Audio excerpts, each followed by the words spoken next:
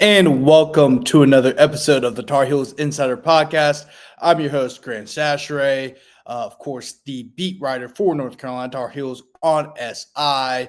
And I have had a very, very busy week, of course, because, UNC lost 48-14 in very embarrassing fashion.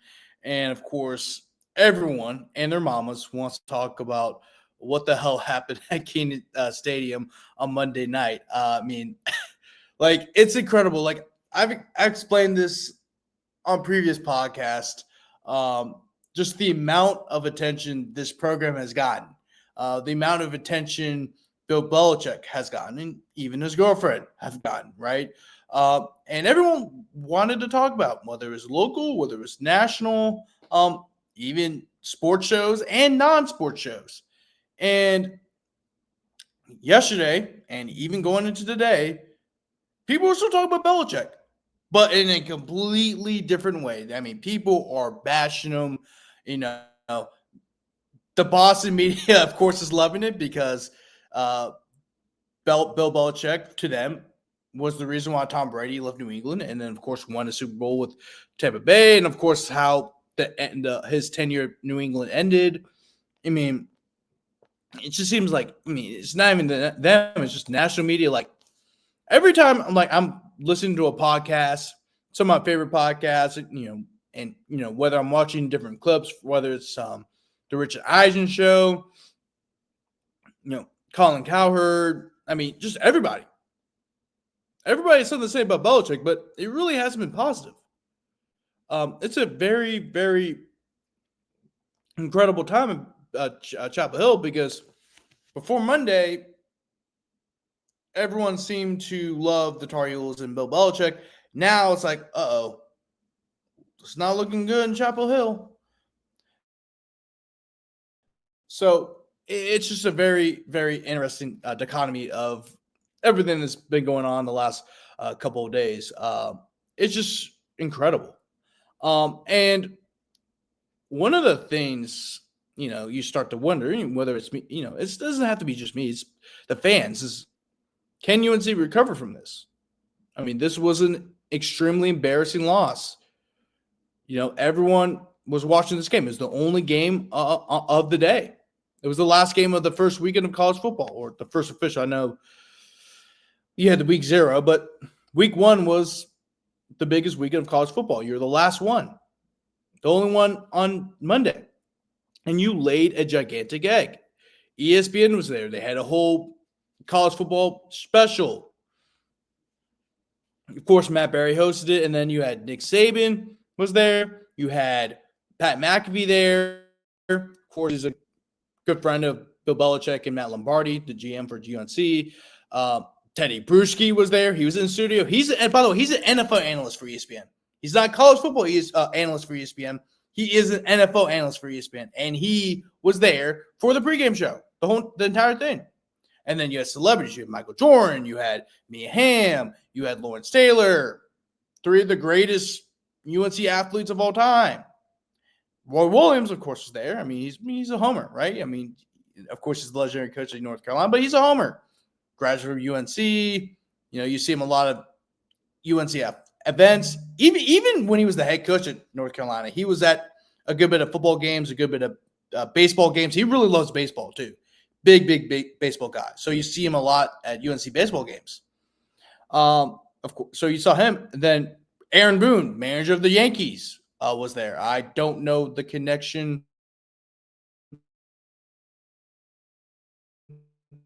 He was there. He was a celebrity. So it's just a very, very interesting. Randy Moss is there, sitting right next to Bill's girlfriend, Jordan. Or is it Jordan? I think I've heard. I think it's Jordan, but I don't know.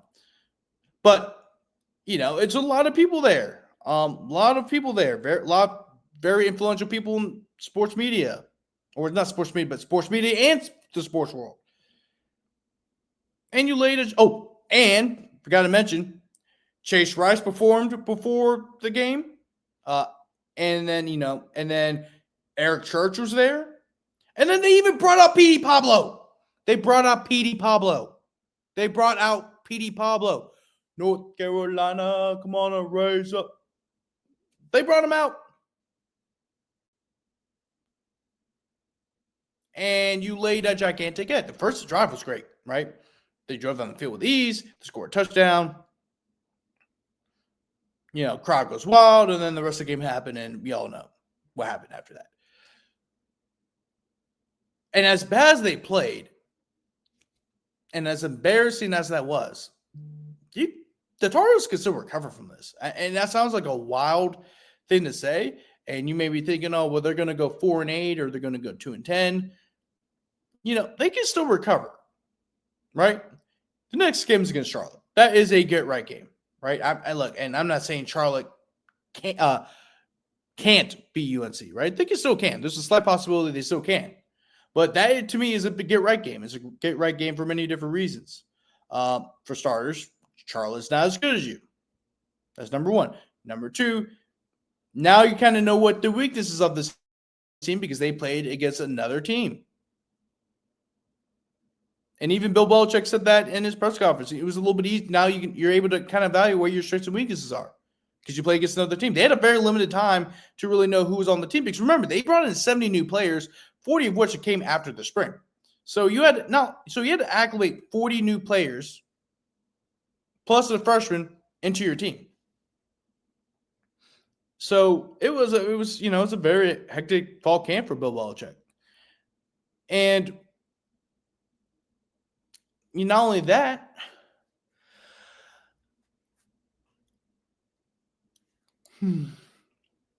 sorry, I don't know why I'm yawning. I'm kind of tired. Let's say I'm tired. I've been working hard. But Gio Lopez did not play well, and Max Johnson did. But how much of that was because Gio Lopez didn't fit the system and Max did? So now what do you do for Gio Lopez to make sure he is successful? Right? Because to me, when I saw that game, it didn't look like they were using Gio's abilities to the best. They didn't use the best of his abilities because he is for example, I'm going to throw this out there. When you saw Gus Malzahn, when you saw Florida State play against Alabama, Thomas Castellanos has some liability, has some limits. But what is he great at? Running. So they try to throw some RPOs in there, did some spread options, did some read options, did some speed options, you name it. They tried to make sure they use the best of his abilities. Georgia Tech, same thing. Haynes King, who I love, by the way. I love Haynes King. He's a great quarterback. He has his limits throwing the football down the field, but he's a tough SOB, and he can run the football. That's how Georgia Tech has won a lot of games in the last couple of years because they allowed Haynes King to be Haynes King. For UNC, you got to allow Gio Lopez to be Gio Lopez, the same way you allowed Max Johnson to be Max Johnson. And so I felt like they were trying to make Gio Lopez a pro-style quarterback when he's not. If you're going to use that offense, then Max Johnson needs to be your starting quarterback. So you got to use your quarterbacks better, right? Charlotte is not. I don't think Charlotte's a great. Doesn't really have that great of a defense. They really don't. They get allowed 35 points from Appalachian State. I mean, that's a fact. And they did play Appalachian State tough, but it allows. But if you look at this game, against Charlie, Appalachian State ran for 182 yards, and then they threw for another 400. So their defense isn't very good. So this is a good right game for UNC's offense. But how about their defense? Can the defense recover? Charlotte only ran for 76 yards. And this is a get right game. This is a way to kind of fix your mistakes defensively. And the same thing with the pass defense. Charlotte only threw for 142 yards. Their quarterback was Connor Harrell, who some of these guys on the team know pretty well because Connor Harrell literally played for North Carolina last season. And he also was on the team throughout the spring. So I mean, this is a get-right game for North Carolina. And then on top of that, the next you got Richmond, right? That's another get-right game. And then you got UCF, which I wouldn't even say that's a get-right game, but it's a great opportunity to get a decent road win, decent road win, right? Because I know UCF has its issues. I know UCF went 4-8 last season. Some of that I think is really because it was Gus Malzahn's last year. They didn't really do so well, and then I think also he just lost the team. As simple as that. You see that all the time. But UCF also has limit. Now, I'll say this. Tavian Jackson is a very good quarterback, 17 for 24 and 2 touchdowns in a 17-10 win over Jacksonville State. It wasn't a very good win, but they do have a capable quarterback. And Miles Montgomery is a capable running back at 79 yards rushing and 71 yards receiving. So it'd be very interesting to see how North Carolina handles a guy like Tavian Jackson, who, by the way, from what I've heard, can run. So and look, and that's a winnable game for UNC. If you finish the non-conference schedule 3-1, you're in good shape because the ACC schedule isn't tough, right? You avoid Miami, you avoid Louisville, you avoid SMU, you avoid Georgia Tech, you avoid Louisville. I mean, you avoid some of the better teams in the ACC. Clemson is the only one left. Well, Duke too, right? You can't count on Duke because Duke looked really good in week 1, and they have a much better quarterback in Darian Mensah. But your two hardest opponents will be Duke and Clemson. And Clemson is really the only one that are like, yeah, that's a definite loss. All the others are toss-ups. If you go 3-1 in non-conference play, you can easily win 3 games in ACC play, right? Because you play Wake Forest, and Wake Forest did not look good. They barely beat a Kennesaw State team that went 2-10 last year. They won 10-9. Yes, I do know that Damon Claiborne did not play most of the game because he was hurt, but they almost lost against Kennesaw State, who is not a very good program.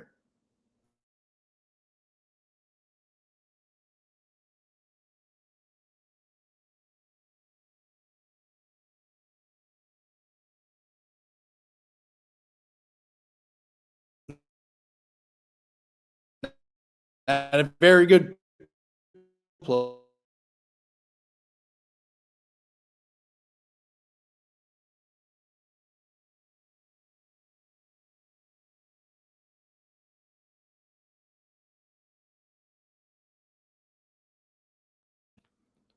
So, it's a very easy. Those are 3 winnable games. Those are 3 easiest games, and plus you got your NC State, you got your Syracuse. Those are your toss-up games.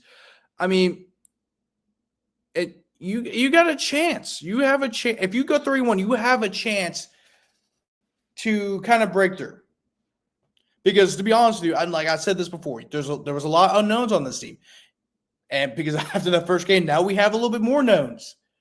And I said this was a 7 to 8 win team realistically, but they could also win only 5 or 6. Right? Like some people say, we could go 10. I saw some people that say they could go 93, 10-2. No, you just don't have that team. You don't. I said this. You have a lot of talent. Well, not talent. You have a lot of depth, and you have a lot of experience, but it doesn't mean that you have a lot of talent. Just because you have a lot of depth and have a lot of experience doesn't mean you have talent. We didn't really get a chance to see them during fall camp. The only thing we know was that from what we heard during the press conferences, talking to sources, it's just that's how it was. There's no talent on the team that said, oh, yeah, we're going to go to 9 through 10-2. You can say that because you have an easy schedule, right? And they do have an easy schedule, but you don't have the talent to do that. You need more talent. And, of course, this is going to take time. Am I saying Bill Belichick is going to be a success or a failure? I mean, like I've said this before, I think he can be a success, but I can also see where he become a failure. He's 73 years old. He's never coached college football before. And not only that, most college football programs are gunning for his head. Why? Because he talked like, oh, I'm the 33rd NFL team and blah, blah, blah. I don't blame Bill Belichick saying I want to be the 33rd team and help develop players to go to the NFL. I have no issue with that. But some coaches do. And you look like, and if you were the 33rd team in the NFL, you might have the first overall pick just based off that performance alone. I don't think they're going to be terrible, but based off that performance, you looked like you could have the first pick of the NFL draft if the NFL draft happened tonight. So, I mean, yeah, I mean, like all the hope is not lost. It's really not lost. I know it looks bad, but all hope is not lost. I mean, of course, Marcus Allen did not play well, but Marcus Allen may not play well against TCU, but he may play well against Charlotte, right? There were some bright spots. Max Johnson came in for an injured Gio Lopez and played well. Gio Lopez has a chance to fix the mistakes he had in the first game. Jordan Shipp looked really, really good. Thaddeus Dixon looked really good. Javarius Green had 3 catches for 57 yards. Also, we're going to mention Jordan Shipp had 4 catches for 84 yards. That's 22 yards after. That's an average of 21 yards per catch. That's really good. But you need to fix some of the offensive line issues. Austin Blasky's out, and it was very clear they need Austin Blasky, especially at center. They had some bad snaps that have definitely affected the plays. Your running game needs to get better, which starts up front. And of course, you need a tackle. They had 19 tackles. There was missed 19 tackles from UNC. But to be honest with you, there might have been even more because that's what it looked like, So they need to fix all their mistakes. But these next 3 weeks are the perfect opportunity to do so. You want to enter conference play 3-1 because you have 3, maybe even 4 very winnable games. But if you leave conference play less than 3-1, it's going to be much harder for the Tar Heels to get to where they want to go. Simple as that. Anyway, that's going to wrap up today's show right here on the Tar Heels Insider Podcast. I'm your host, Grant Chachere, the lead beat writer for North Carolina Tar Heels on SI. Make sure to follow us on Twitter at Tar Heels on SI. Make sure also to like the Facebook page as well, North Carolina Tar Heels on SI. And then also make sure to follow me on Twitter. My Twitter handle is right there at the bottom left-hand corner of my screen. It's my last name, first name, Chachere Grant. And if you can't spell Chachere, just pull out the Tony Chachere's out of the cabinet, look at it, and you'll get the gist of how to spell my name. Thank you guys so much for watching, and you guys have a great one.